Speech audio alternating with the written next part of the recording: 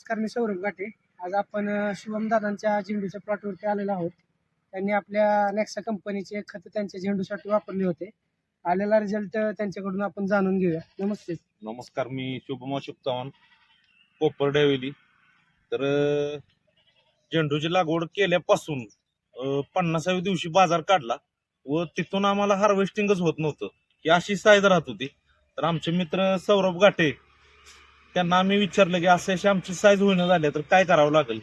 तर 55515 ही यांच्या कंपनीची ग्रेड आम्ही वापरली, 1448 ग्रेड वापरली. आता आम्हाला पाहिजे अशी म्हणजे म्हणावी अशी साईज झाली आहे. आणि फुटवा पण चांगला आहे, फ्लॉवरन पण हार्वेस्टिंग चांगलं होतं. एकाडे एक दिवस 10 गुंठ्यामध्ये 2 दिवस आड आम्हाला 70-80 पर्यंत आम्ही जातोय किलो पर्यंत. तर आमचं आठवड्याला कमीत कमी 250-300 किलो माल आम्ही 10 गुंठ्यामध्ये काढतोय. आणि चांगला यांच्या 2 ग्रेड आम्हाला म्हणजे व्यवस्थित एकदम शेतकऱ्याला परवडतील अशा ग्रेड आहेत. एक नंबर. शेतकऱ्यांना काय सांगू?